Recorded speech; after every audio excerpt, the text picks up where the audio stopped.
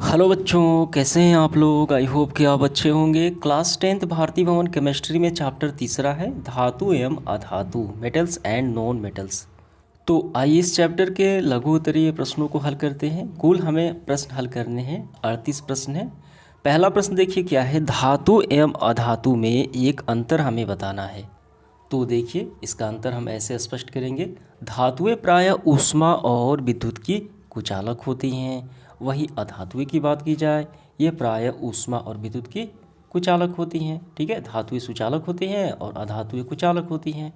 तो ये अंतर स्पष्ट हो गया। ठीक है, इसके बाद देखिए दूसरा क्या है, धातुएं विद्युत की सुचालक क्यों होती है। अभी हमने देखा, इसका कारण हमें बताना है कि धातुएं जो जो होती हैं, सभी धातुएं वो उसमें विद्युत धारा क्यों प्रवाहित होती है, इसका कारण क्या है। तो कि विद्युत की सुचालक होने की बात की जाए तो हम यहाँ से करेंगे। देखिए, धातुओं के ऊष्मा एवं विद्युत का सुचालक होने का कारण यह है कि इनके परमाणुओं में मुक्त इलेक्ट्रॉन रहते हैं जो विद्युत धारा का संचालन करते हैं। समझ गए, तो यही आपका आंसर हो गया। इनके परमाणुओं में मुक्त इलेक्ट्रॉन होने की वजह से ये विद्युत के सुचालक होते हैं, यानी कंडक्टर होते हैं। इसके बाद तीसरा देखिए, धातु की तन्यता और आघात वर्धनीयता से क्या समझते हैं। काफ़ी आसान सवाल है और काफ़ी इंपॉर्टेंट भी है। तन्यता मतलब खींचना, आघात वर्धनीयता यानी आघात यानी प्रहार को प्रहार किया जाए। ठीक है, तो खींचकर लंबे तार बनाया जा सकता है और पीटकर पतली चादर बनाई जा सकती है। ठीक है, तो ये क्या आप समझते हैं वो बताना है। तो यहाँ पे आपको नज़र डालना है, आघात वर्धनीयता और तन्यता यानी दोनों आपको लिखने हैं। पहले आपको लिखना है आघात वर्धनीयता।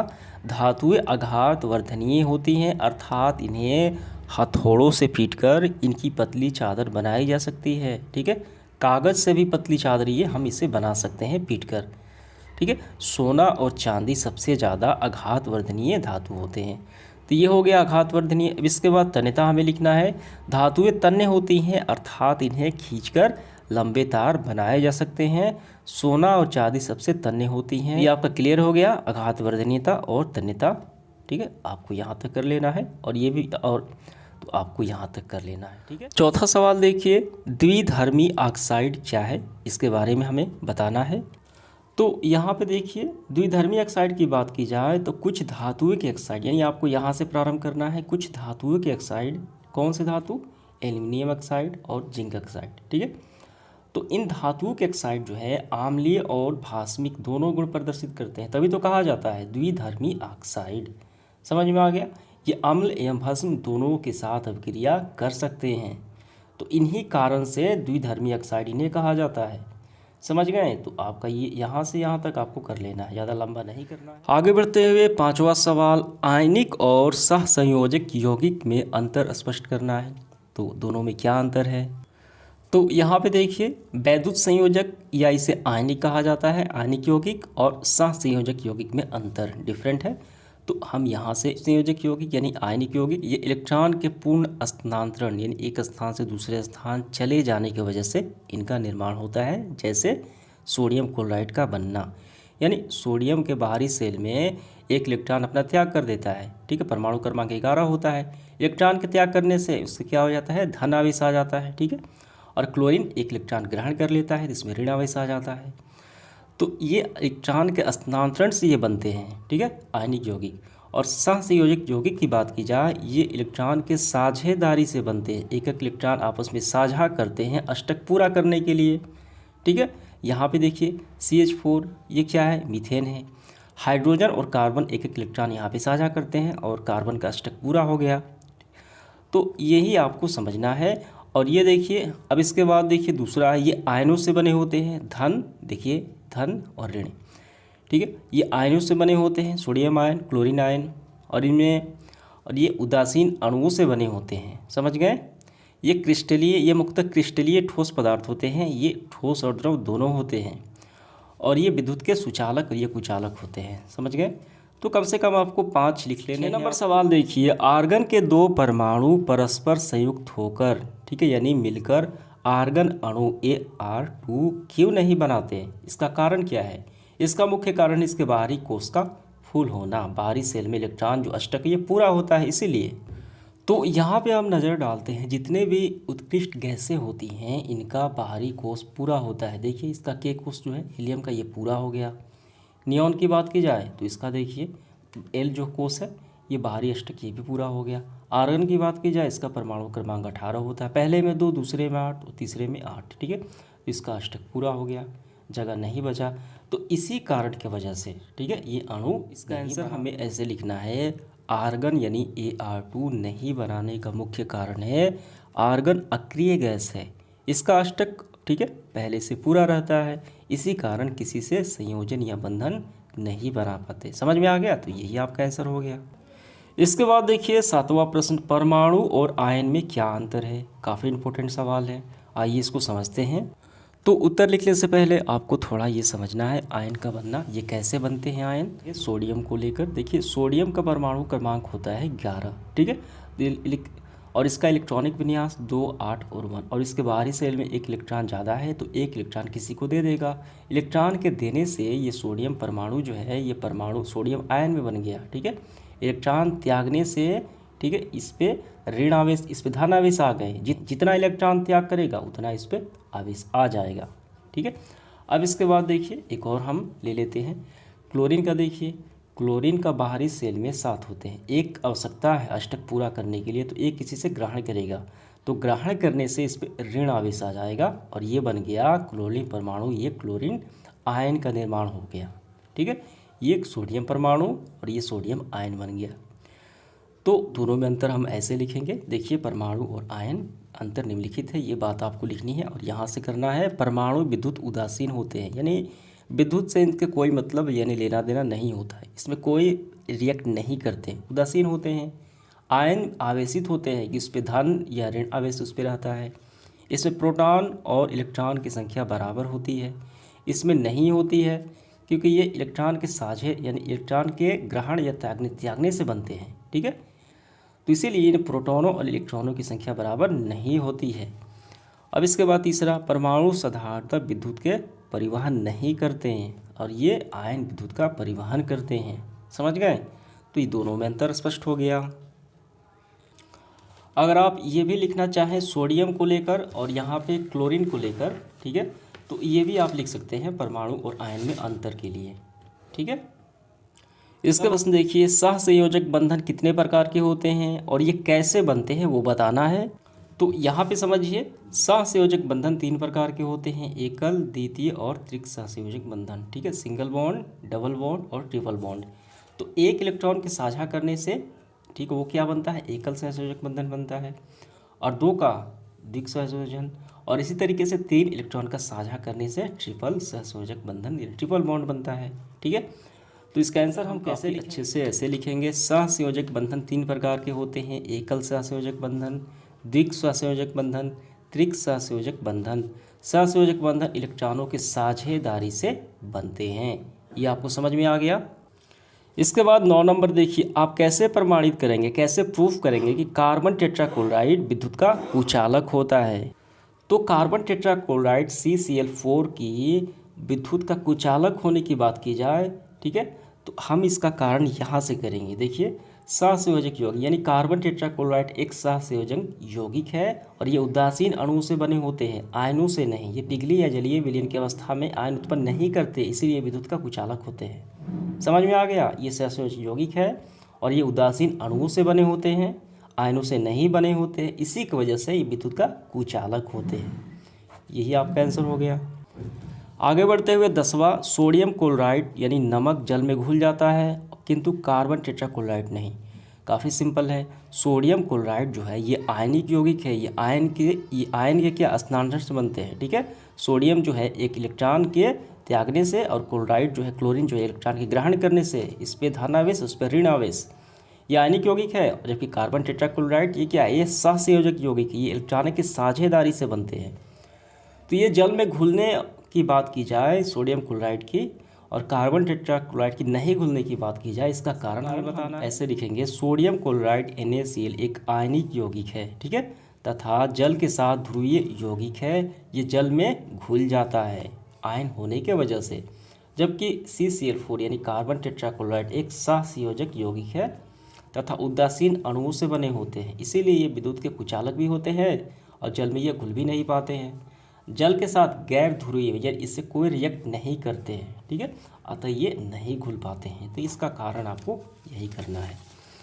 इसके बाद देखिए आगे बढ़ते हुए हम देखेंगे 11 नंबर CH4, ठीक है, यानी मीथेन और कार्बन डाइऑक्साइड की इलेक्ट्रॉन संरचना हमें लिखना है। तो यहाँ पे आपको नज़र डालना है मीथेन अणु CH4, तो इसका इलेक्ट्रॉन बिंदु संरचना जो है ये रहा, ठीक है, बस यही आपको ड्रॉ कर लेने हैं। अब हमें लिखना है कार्बन डाइऑक्साइड के, तो ये रहा कार्बन डाइऑक्साइड, ठीक है, ये रहा, तो यही आपको ड्रॉ कर लेने हैं। और यहाँ पे आपको थोड़ा समझ भी लेना है। देखिए कार्बन के बाहरी कोष में, ठीक है, कार्बन के बाहरी कोष में 4 इलेक्ट्रॉन होते हैं, अष्टक पूरा करने की 2 की आवश्यकता होती है। तो ऑक्सीजन से 2-2 इलेक्ट्रॉन, यानी दोनों ऑक्सीजन परमाणु से 2-2 इलेक्ट्रॉन का साझेदारी करके ये अष्टक पूरा कर लिया। देखिए इस तरफ 4 इस तरफ 4, ये 8 हो गए, ठीक है। और इसी तरीके से मीथेन का भी होता है। 12 नंबर देखिए किसी रासायनिक यौगिक के बनने में संयोजी इलेक्ट्रॉन की क्या भूमिका होती है। काफ़ी महत्वपूर्ण भूमिका होती है। तो बाहरी कोष में जो इलेक्ट्रॉन होते हैं वही संयोजी इलेक्ट्रॉन कहलाते हैं, ठीक है। तो इसका आंसर हम कैसे लिखेंगे? इसका आंसर हमारा ये रहा, किसी रासायनिक अभिक्रिया में भाग लेने वाले इलेक्ट्रॉन ही संयोजी इलेक्ट्रॉन होते हैं, जो बाहरी कोष में होते हैं तथा बंधन बनाकर यौगिक का निर्माण करते हैं। तो ये आपका क्लियर हो गया। इसके बाद देखिए अगला प्रश्न क्या है हमारा 13 नंबर। किसी तत्व A की परमाणु संख्या 12 है और दूसरे तत्व B की परमाणु संख्या 17 है। A और B के मिलने से बने यौगिक का नाम लिखना है और सूत्र लिखना है। काफ़ी सिंपल है ये। तो इसका आंसर हम इस तरीके से लिखेंगे। दिया गया तत्व A की परमाणु संख्या कितनी है? 12 है। अतः A क्या है? परमाणु संख्या से हम आसानी से समझ सकते हैं। A किसका है? A तो मैग्नीशियम का है। वहीं B की बात की जाए 17 है, तो B जो 17 है परमाणु क्रमांक, ये किसका है? ये क्लोरीन का है। तो दोनों के मिलने से क्या बना? मैग्नीशियम क्लोराइड बना, NaCl2 बना, ठीक है। तो ये आपका पूरा हुआ। इसके बाद देखिए प्रश्न क्रमांक 14 A नंबर। अमोनिया के अणु में कुल कितने सहसंयोजक बंधन हैं? और इसी में दूसरा है सोडियम अणु कहना क्या सही है कि नहीं, ठीक है। पहले हम पहला हल करेंगे। अमोनिया के अणु में कुल कितने सहसंयोजक बंधन हैं? तो यहाँ पे आपको नज़र डालना है एकल सहसंयोजक बंधन, ठीक है। तो इसका उदाहरण नंबर देखिए पहला है और इसी तरीके से उदाहरण नंबर 6 आप देखिएगा, यहाँ पे अमोनिया है। तो यहाँ पे देखिए अमोनिया का ये नाइट्रोजन परमाणु जो है हाइड्रोजन के 3 परमाणुओं से एक एक इलेक्ट्रॉन की साझेदारी करता है, ठीक है। तो यहाँ पे कितने बंधन बन गए? 1 2 3, यहाँ पे 3 एकल बंधन का निर्माण हुआ है, ठीक है।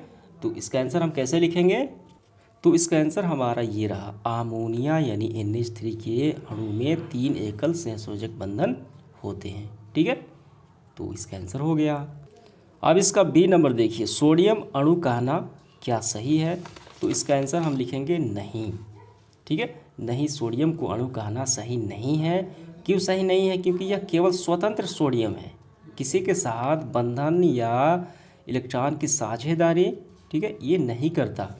ये सिंपल सा क्या है? ये सिंपल सा सोडियम है। इसे अगर ये साझेदारी करता यानी यौगिक का निर्माण करता तो हम अणु कह सकते हैं। जैसे हम क्या कहते हैं? H2O, ठीक है। ये जल, इस जल को हम जल के अणु कह सकते हैं, ये यौगिक है। लेकिन यहाँ पे सिर्फ सिंगल सोडियम है, इसे हम सोडियम अणु न कहकर सोडियम परमाणु कह सकते हैं, अणु नहीं कह सकते हैं। समझ में आ गया? तो यही है इसका आंसर, आपको पूरा लिख लेना है। इसके बाद आगे बढ़ते हुए देखिए 15 नंबर। निम्नलिखित पदार्थों के बंधन की प्रकृति का प्रकाश डालना यानी बताना है। तो जल के अणु में कौन से बंधन होते हैं, ये कौन सा यौगिक है, वो हमें बताना है। तो यहाँ पे हम नज़र डालते हैं एकल सहसंयोजक बंधन, ठीक है। तो इसका एग्जाम्पल नंबर आप देखेंगे 5वां, तो यहाँ पे H2A है, तो यहाँ पे H2O है, ठीक है। तो यहाँ पे हाइड्रोजन के संयोजी सेल में 1 इलेक्ट्रॉन, ऑक्सीजन के परमाणु के संयोजी 6 इलेक्ट्रॉन होते हैं।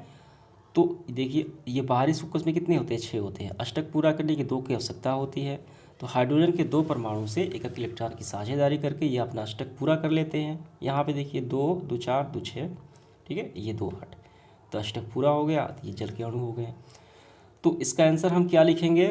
तो इसका आंसर हम लिखेंगे जल यानी H2O में ऑक्सीजन का 1 परमाणु हाइड्रोजन के 2 परमाणु के साथ H2O के 1 अणु का बनाता है। ये पूरा अणु हो गया, ठीक है। ये रहा इलेक्ट्रॉन के साझेदारी से, यहाँ एकल सहसंयोजक बंधन है, तो यही हमें बताना था। ये पूरा आपका आंसर हो गया, ठीक है। इसके बाद देखिए नाइट्रोजन अणु, इसमें बंधन की प्रकृति हमें बताना है। तो त्रिक सहसंयोजक बंधन यानी 3 इलेक्ट्रॉन की साझेदारी से बनता है नाइट्रोजन अणु, ठीक है। यहाँ पे देखिए नाइट्रोजन के बाहरी कोश में कितने इलेक्ट्रॉन हैं, परमाणु संख्या कितनी है, 7 है। तो बाहरी कोश में सबसे बाहरी 5 है और 3 की आवश्यकता है अष्टक पूरा करने के लिए, तीन किसी से लेगा। तो यहाँ पे N2 है यानी एकक जो परमाणु है नाइट्रोजन परमाणु एकक यानी तीन तीन का साझा कर लेंगे तभी तो अष्टक पूरा होगा। देखिए यहाँ पे 6 है और ये 2 8, इसका भी पूरा हुआ। यहाँ पे 6 इसका 8, इसका भी पूरा हुआ। तो कितने ये इलेक्ट्रॉन साझा कर रहे हैं, 3, ये त्रिबंध हो गया। तो इसका आंसर हम क्या लिखेंगे, तो हमारा आंसर होगा N2 के अणु यानी नाइट्रोजन अणु में नाइट्रोजन के दोनों परमाणु 3 इलेक्ट्रॉन की साझा कर अष्टक पूरा करते हैं, यहाँ त्रिक सहसंयोजक बंधन बनता है, ठीक है। ये आपका आंसर हो गया। इसके बाद देखिए तीसरा मैग्नीशियम ऑक्साइड, ये क्या है, ये आयनिक यौगिक है और ये भी आयनिक यौगिक है। मैग्नीशियम ऑक्साइड हो गया, सोडियम क्लोराइड हो गया, ठीक है, या कैल्शियम क्लोराइड हो गया, ये आयनिक यौगिक होते हैं। तो मैग्नीशियम ऑक्साइड की ये बंधन की प्रकृति बताना है, तो इसके बारे में हम क्या लिखेंगे। मैग्नीशियम का परमाणु क्रमांक कितना होता है, 12 होता है, ठीक है। तो मैग्नीशियम का होता है 12।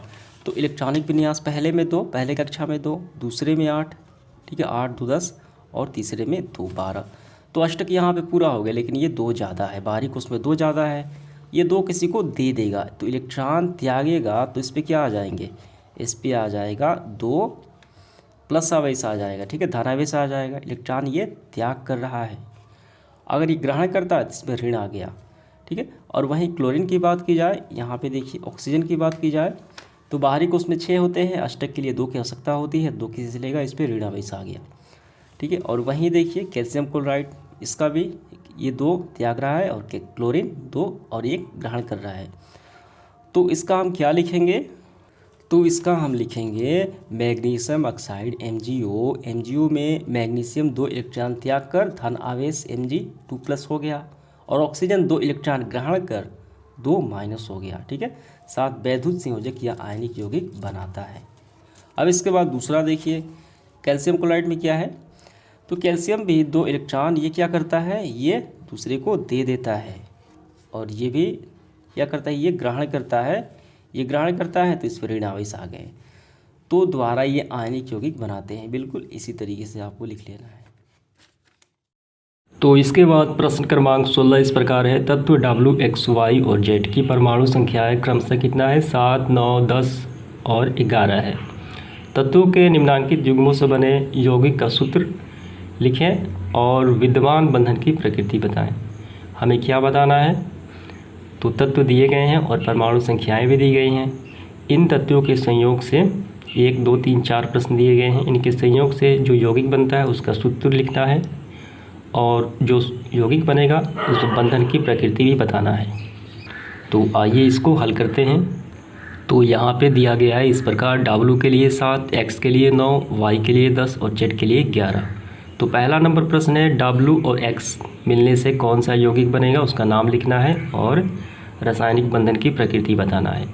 W के लिए क्या है, देखिए 7 है और X के लिए क्या है, 9 है। 7 किसका होता है, 7 होता है नाइट्रोजन का।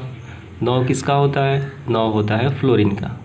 तो N2 + F2 आपस में रिएक्ट करके क्या बनाते हैं, नाइट्रोजन फ्लोराइड। इसका सूत्र होगा NF3। ये तो हो गई यौगिक का नाम हो गया नाइट्रोजन फ्लोराइड, यानी रासायनिक सूत्र भी हो गया। अब हमें यहाँ पे इसके बंधन की प्रकृति बताना है, यानी यौगिक सूत्र और बंधन की प्रकृति। तो यहाँ देखिए NF3 नाइट्रोजन फ्लोराइड, F कितना है, 3 है, ठीक है। तो सबसे पहले हम यहाँ पे N लिखेंगे, N की संख्या है 1, N F3, तो ऐसे F और नीचे F। नाइट्रोजन का परमाणु क्रमांक कितना होता है, नाइट्रोजन का परमाणु क्रमांक होता है 7, नाइट्रोजन का होता है 7।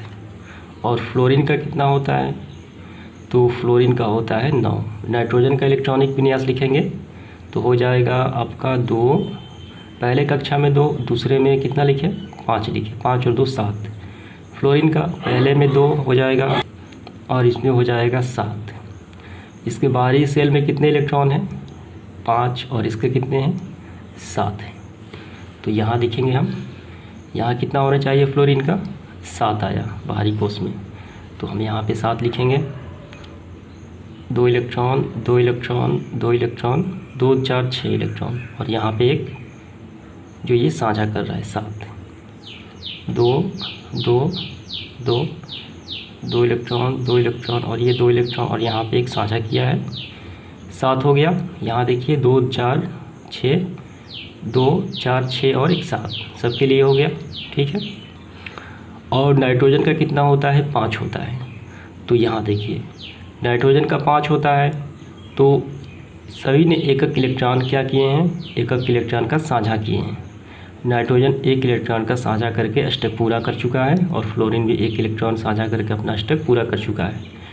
देखिए 1 2 3, नाइट्रोजन 3 का साझा किया ऐसे, ठीक। तो कितना बचा? उसके पास बचा 2 इलेक्ट्रॉन, क्योंकि इसके बाहरी कोश पे 5 हैं। 3 का साझा कर लिया तो बचा 2, ठीक। तो फ्लोरीन में भी 1 का साझा किया, तो यहाँ पे 2 इलेक्ट्रॉन और यहाँ पे 2 2 4 6 और ये 2 8। तो नाइट्रोजन ने भी अपना अष्टक पूरा कर लिया और फ्लोरीन ने भी अपना अष्टक पूरा कर लिया, ठीक है। तो यहाँ एक एक इलेक्ट्रॉन का साझा हो रहा है, तो इसका मतलब सिंगल बॉन्ड बनेगा, यानी एकल सहसंयोजक बंधन का निर्माण होगा। तो यहाँ आपको लिखना है इस तरीके से, यहाँ एक इलेक्ट्रॉन का साझा हो रहा है, आपको लिखना है 1 1, ठीक। यहाँ एक इलेक्ट्रॉन का साझा हो रहा है, अतः एकल सहसंयोजक बंधन का निर्माण होगा।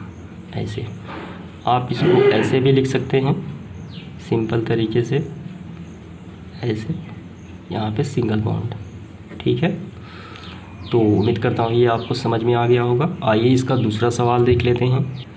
दूसरे में है X और X। X का परमाणु क्रमांक कितना है? यहाँ देखिए आप, X का है 9, तो 9 किसका है? तो ये यहाँ पे लिखे हैं हम फ्लोराइन, ठीक। फ्लोरीन का है, 9 होता है फ्लोरीन का। तो यहाँ पे X 2 बार है, X 2 बार है, तो इसका मतलब कि क्या हुआ ये? इसका मतलब हुआ F प्लस F बराबर F2, ठीक है। फ्लोरीन अणु ये बन जाएगा, फ्लोरीन अणु। तो आइए, इसका तो नाम हो गया, यौगिक का नाम हो गया फ्लोरीन अणु। तो इससे हमें बंधन की प्रकृति बताना है। F कितना है? 2 बार है, F, और यहाँ पे लिखेंगे F 2 बार। तो इसके बाहरी सेल में कितने इलेक्ट्रॉन होते हैं? तो 7 होते हैं। एक साझा किया, 2 2 4 2 6 और एक साझा किया, ठीक है। तो यहाँ देखिए 2 2 4 6 2 8, अष्टक पूरा हो गया और इसका भी अष्टक पूरा हो गया। आप इसको इस प्रकार भी लिख सकते हैं, F, ठीक, 2 2 और ये 2 6 और एक साझा किया है, F 2 2 और 2, यहाँ पे एक साझा किया है, ठीक है। एक का साझा किया तो कितना बचा? 6 बचा। तो यहाँ पे एक इलेक्ट्रॉन का साझा हो रहा है, तो इसका मतलब एकल सहसंयोजक बंधन का निर्माण होगा, यानी एकल बॉन्ड का निर्माण होगा। तो यहाँ पे लिखिए एकल बंधन का निर्माण। हमें बंधन की प्रकृति बतानी थी और क्या बताना था? बने यौगिक का नाम बताना था। तो यौगिक का नाम हो गया फ्लोरीन अणु। क्या लिखना है? फ्लोरीन अणु और एकल बंधन का निर्माण हो रहा है। काफ़ी आसान सवाल है। इसके बाद तीसरा देखते हैं इसका। तो तीसरे में क्या है? तीसरे में है W और Z। ये आपस में रिएक्ट करके कौन सा यौगिक बनाएंगे उसका सूत्र लिखना है और बंधन की प्रकृति बताना है। आइए देखते हैं W का और Z का परमाणु क्रमांक कितना दिया हुआ है आपके लिए। तो W के लिए 7 और Z के लिए 11, ठीक, 7 और 11। तो इसका हम लिखेंगे 7 प्लस इसका लिखेंगे 11। 7 किसका होता है? तो ये होता है नाइट्रोजन का। 11 किसका होता है? ये होता है सोडियम का। आपस में रिएक्ट करके क्या बना दिए? तो ये बना दिए Na3N यानी सोडियम नाइट्रेट। तो आपको लिखना है सोडियम नाइट्रेट, ठीक है। अब यहाँ बंधन की प्रकृति भी बताना है, ठीक। आइए यहाँ इंटू हटा दीजिए यहाँ पे, ठीक, इसको हटा देना है। N2 प्लस N यानी सोडियम, तो Na3N सोडियम नाइट्रेट। तो यौगिक का नाम और बंधन की प्रकृति हमें बताना है। आइए बताते हैं। N कितना है, 1 है, सिंगल N3, ठीक है। सोडियम कितना है, 3 बार है, तो 2 और 3 आप कहीं भी बना सकते हैं, ऊपर चलिए बना दिए Na Na Na, ठीक है। तो नाइट्रोजन के बाहरी कोष में कितने इलेक्ट्रॉन, 5 इलेक्ट्रॉन, परमाणु संख्या 7, लेकिन बाहरी कोष में 5 इलेक्ट्रॉन। एकक का साझा कर रहा है तो 2 यहाँ पे इसके बच गए, ठीक है। तो ये भी एक साझा किया, देखिए यहाँ पे 2 4 6 और 8, इसका अष्टक पूरा हो गया। अब इसी से ही मालूम चल गया कि ये सिंगल बॉन्ड है, क्योंकि एकक का यहाँ पे साझा हो रहा है। यहाँ लिखिए एकल बंधन का निर्माण, ठीक है, आपको समझ में आ गया होगा। सोडियम नाइट्रेट एकल बंधन का निर्माण यहाँ पे हो रहा है। आइए चौथा देखते हैं। चौथे नंबर में है Y+Z। तो यहाँ देखिए Y का होता है, दिया है 10 और Z का 11, तो यहाँ हम लिखेंगे 10 + 11, ठीक है। 10 किसका होता है, 10 होता है नियान गैस का और 11 होता है सोडियम का, तो यहाँ हम लिखेंगे नियान प्लस सोडियम। अब इसके बाद देखिए यहाँ पे, तो ये क्या बनेगा, नियान एक अक्रिय गैस है, नियान एक अक्रिय गैस कहलाती है और सोडियम एक धातु है। तो इसका हम अगर परमाणु का इलेक्ट्रॉनिक विन्यास लिखें, नियान का परमाणु क्रमांक हो गया 10, इसका लिखें हम 2 और 8, ठीक है। और सोडियम का लिखेंगे 2 और 8 10 और 1 11। तो इसके बाहरी कोष में 1 इलेक्ट्रॉन और इसके बाहरी अष्टक पूरा हो चुका है और ये एक अक्रिय गैस है, तो इसका रिएक्शन नहीं हो पाएगा। ये आपको ज्यों के त्यों ही लिखना है, ठीक है, ये उदास पड़ जाएगा, इसका रिएक्शन बिल्कुल भी नहीं होगी क्योंकि ये अक्रिय गैस है। तो यही आपको लिखना है ज्यों के त्यों, क्योंकि नियान एक अक्रिय गैस है जो सोडियम के साथ अभिक्रिया नहीं करेगी। तो चलिए इसके बाद अगले प्रश्न की तरफ। प्रश्न क्रमांक 17 इस प्रकार है, x और y तत्वों के इलेक्ट्रॉनिक विन्यास निम्नलिखित है। यहाँ पे दिया गया है x का 2 और 6 और y का 2 8 8 और 2। x और y के मध्य बनने वाले बंधन की प्रकृति बताइए। ये बेहद ही आसान प्रश्न है। तो सबसे पहले x का जो दिया गया है इलेक्ट्रॉनिक विन्यास, ये कौन सा तत्व है, ये देखिए 6 और 2 8, 8 होता है ऑक्सीजन का यानी O2। y देखिए ये कौन सा है तत्व, 8 2 10 और 18 2 20, ये हो गया कैल्शियम। तो ऑक्सीजन और कैल्शियम मिलकर क्या बना दिए, तो बना दिए ये कैल्शियम ऑक्साइड। क्या बना दिए, तो बंधन की प्रकृति बताना है हमें कैल्शियम ऑक्साइड का। तो यहाँ हो गया कैल्शियम और यहाँ हो गया ऑक्सीजन। तो इसके बाहरी कोष में कितने इलेक्ट्रॉन हो गए, 6 हो गए, 2 2 4 और 2 6, ठीक है। और इसके बाहरी कोष में कितने इलेक्ट्रॉन, इसके होते हैं 2 इलेक्ट्रॉन, क्योंकि यहाँ देखिए इसके बाहरी कोष में 2 इलेक्ट्रॉन और इसके 6 इलेक्ट्रॉन। तो 6 को हमने व्यवस्थित यहाँ पे कर दिया और इसका जो कैल्शियम का हमें 2 इलेक्ट्रॉन का व्यवस्थितकरण करना है, तो हम यहाँ पर भी कर सकते हैं, ठीक है, यहाँ पे, ठीक। तो यहाँ पे एक यहाँ पे ये 1 इलेक्ट्रॉन का साझा कर रहा है, ठीक है। तो 1 इलेक्ट्रॉन का साझा करेंगे तो इसका भी अष्टक पूरा हो जाएगा, 2 4 6 और 8, ठीक, और इसका भी 2। तो इस प्रकार यहाँ पे सिंगल बॉन्ड का निर्माण हो रहा है, यहाँ पे सिंगल बॉन्ड यानी एकल बंधन का यहाँ पे निर्माण हो रहा है। तो हमें यहाँ पे बंधन की प्रकृति ही बतानी थी कैल्शियम ऑक्साइड की। तो चलिए इसके बाद अगले प्रश्न की तरफ बढ़ते हैं। तो इसके बाद प्रश्न क्रमांक 18 हल करते हैं। यहाँ प्रश्न है, एक धातु A परमाणु संख्या कितना है, 19 है, क्लोरीन के साथ अभिक्रिया कर एक सफ़ेद ठोस क्लोराइड बनाता है। चित्र के सहायता से A की अभिक्रिया से पूर्व और पश्चात इलेक्ट्रॉनिक विन्यास दिखाएं। किसकी, A की, जिसकी परमाणु संख्या 19 है। तो सबसे पहले हम ये ज्ञात करेंगे कि 19 परमाणु संख्या वाला कौन सा तत्व या यौगिक है, ठीक। 19 परमाणु संख्या किस तत्व का होता है, तो ये पहले पता करेंगे और उसके बाद जो भी पता होगा इस क्लोरीन के साथ अभिक्रिया से पूर्व इलेक्ट्रॉनिक विन्यास और क्लोरीन के साथ जो अभिक्रिया यानी अभिक्रिया के बाद का इलेक्ट्रॉनिक विन्यास यहाँ पे लिखेंगे। आइए लिखते हैं। यहाँ देखिए धातु A जिसकी परमाणु क्रमांक है 19, क्लोरीन के साथ अपक्रिया करके ठोस क्लोराइड बनाता है यहाँ पे। तो पहला सवाल, ए की अपक्रिया से पूर्व, ए की अपक्रिया से पूर्व और पश्चात इलेक्ट्रॉनिक विन्यास लिखें। तो धातु A19 है, इसका मतलब इसका परमाणु क्रमांक 19, इसका मतलब ये पोटेशियम यानी K है। क्या है ये पोटेशियम है, ठीक। और इसके बाद ये है क्लोरीन के साथ अपक्रिया है, तो क्लोरीन दिया है तो इसका होता है परमाणु क्रमांक 17। तो अपक्रिया से पूर्व यानी पोटेशियम का इलेक्ट्रॉनिक विन्यास लिखना है, ये काफ़ी आसान सवाल है। तो पोटेशियम का अपक्रिया से पूर्व इलेक्ट्रॉनिक विन्यास हम लिखेंगे। यहाँ देखिए 2, 8, 10, 8, 18 और 1, 19, ये हो गया।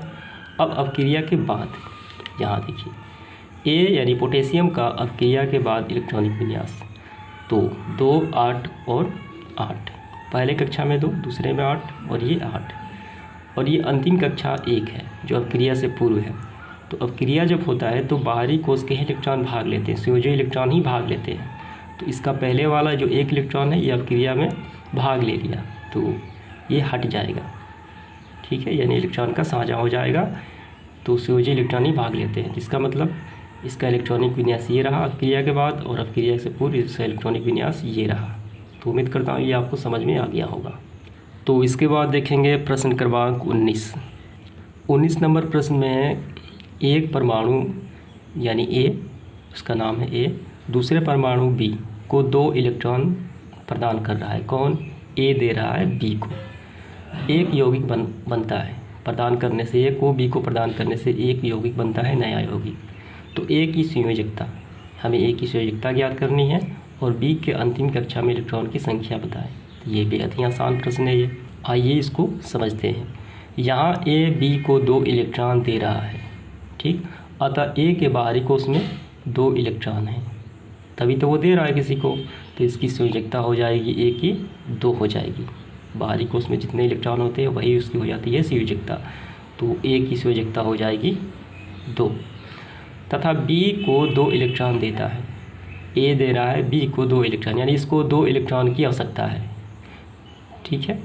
तो 2 इलेक्ट्रॉन की आवश्यकता है, तो इसका मतलब इसके लास्ट सेल में 2 की कमी होगी, इसका मतलब 6 होगा, तभी तो वो 2 प्रदान कर अपना अष्टक पूरा कर चुका है, इसका मतलब वो ऑक्सीजन है।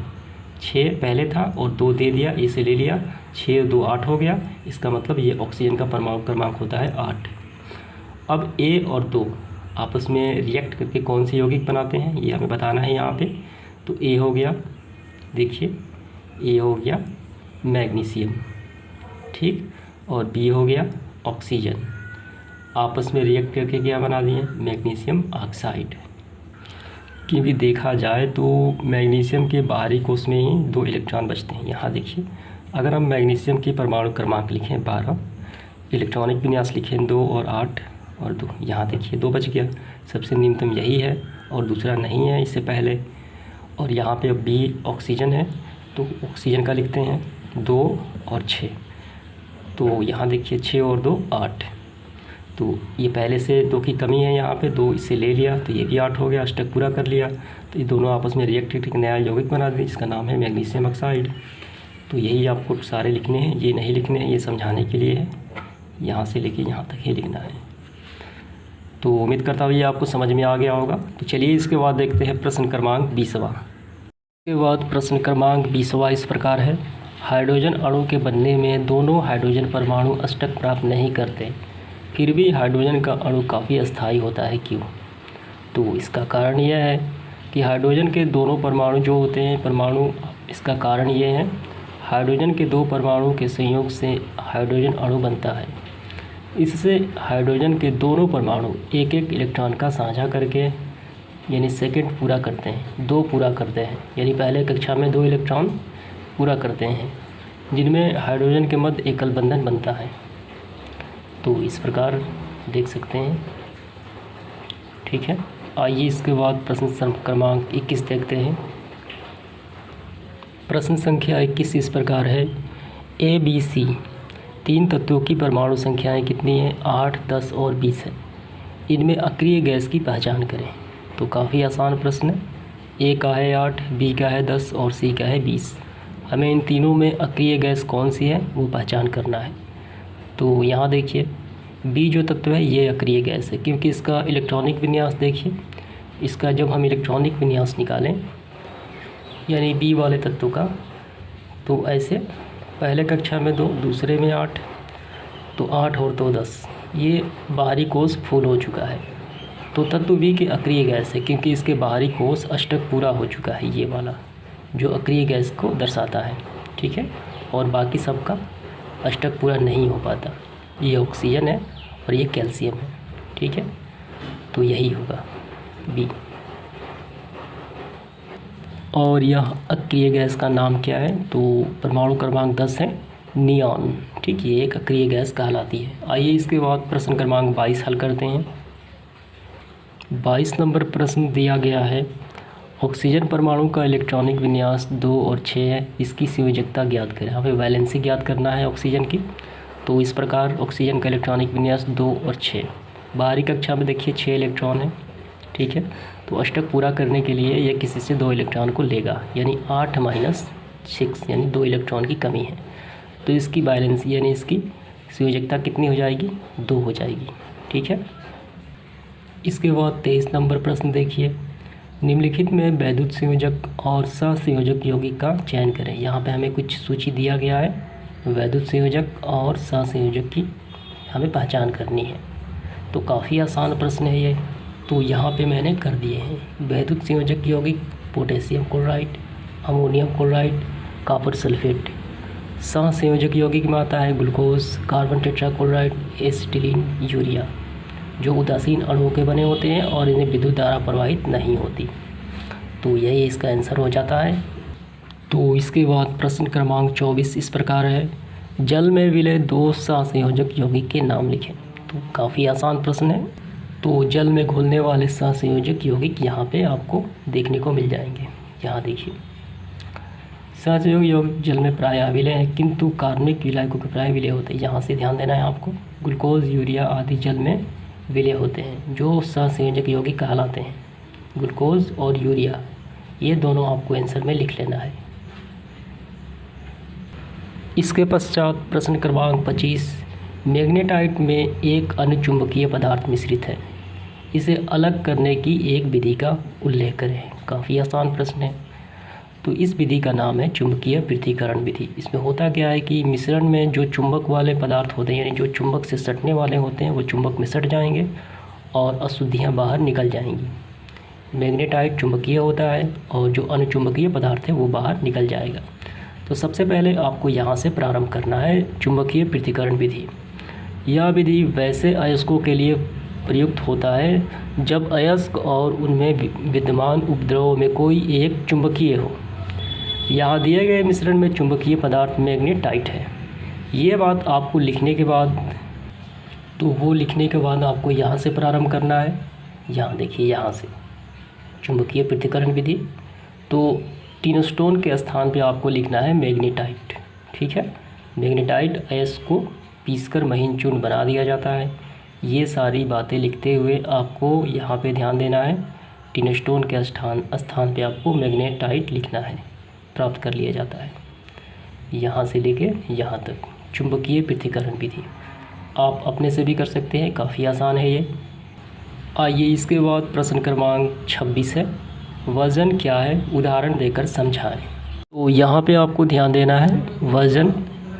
तो वजन एक प्रक्रिया है जिसके द्वारा अयस्कों को शुद्ध किया जाता है, ठीक है। वजन प्रक्रिया है जिसके द्वारा अयस्कों को शुद्ध किया जाने की एक प्रक्रिया कहलाती है। तो इसके अनुसार आपको यहाँ से प्रारंभ करना है। वजन प्रक्रिया में सांद्रित अयस्क को पर्याप्त वायु की आपूर्ति में, यानी ज़्यादा वायु की आपूर्ति में अयस्क के द्रवणांक, यानी ऐसा ताप जिसमें वो द्रव अवस्था में पहुँच सके, द्रवणांक से कम ताप पर, उनके द्रवणांक से कम ताप पर तीव्रता से गर्म करते हैं। तो ये सारी बातें आपको लिखनी है। और एक उदाहरण भी हमसे पूछा जा रहा है, तो ये उदाहरण आप लिख लीजिए, ठीक है, यहाँ से लेके यहाँ तक। तो ये समाप्त होता है प्रश्न। तो आइए इसके बाद अगले प्रश्न की तरफ बढ़ते हैं। 27 नंबर, प्रगलन में गालक की क्या भूमिका होती है। काफ़ी आसान प्रश्न है। तो यहाँ पे मैं स्क्रीनशॉट लगा देता हूँ, वही आपको आंसर में लिख लेना है। आइए इसके बाद प्रश्न क्रमांक 28, सोडियम धातु को केरोसिन में क्यों डुबाकर रखा जाता है? काफ़ी आसान प्रश्न है, आप पहले से जानते होंगे। सोडियम अति सक्रिय धातु होने के कारण वायु के संपर्क यानी ऑक्सीजन के संपर्क में आने से तुरंत जल उठती है, अतः इसे केरोसिन तेल में डुबाकर रखा जाता है। काफ़ी सिंपल है। इसके बाद 29 नंबर प्रश्न देखिए, धातुओं के संक्षारण से क्या समझते हैं? संक्षारण मतलब होता है किसी धातु पर, लोहा हो गया, तांबा हो गया, जंग लगना। जब लोहे को हम काफ़ी लंबे समय तक नमी की अवस्था में छोड़ देते हैं तो उस पर जंग लग जाता है, तो उसे हम कहते हैं संक्षारण।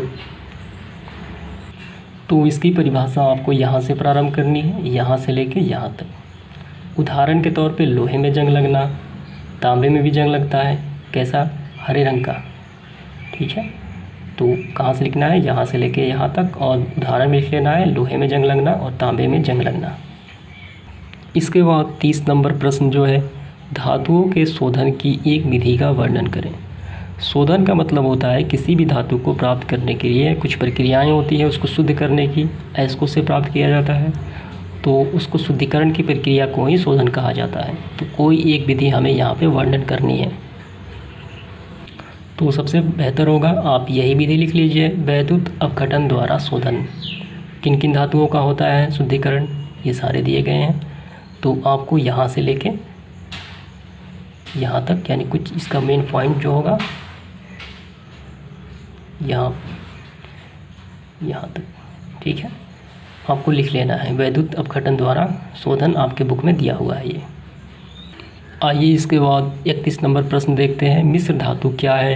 किन्हीं दो मिश्र धातुओं के नाम और उपयोग लिखें। काफ़ी आसान प्रश्न है, तो इसका आंसर इस प्रकार है, दो या अधिक धात्विक तत्वों के आंशिक या पूर्णतः ठोस विलयन को मिश्र धातु कहते हैं, तथा इनके गुण उनके संगठकों से गुण से भिन्न होते हैं। जो बनते हैं उनके पहले वाले जो तत्व या मिले थे उनसे गुणों से काफ़ी डिफरेंट हो जाएंगे।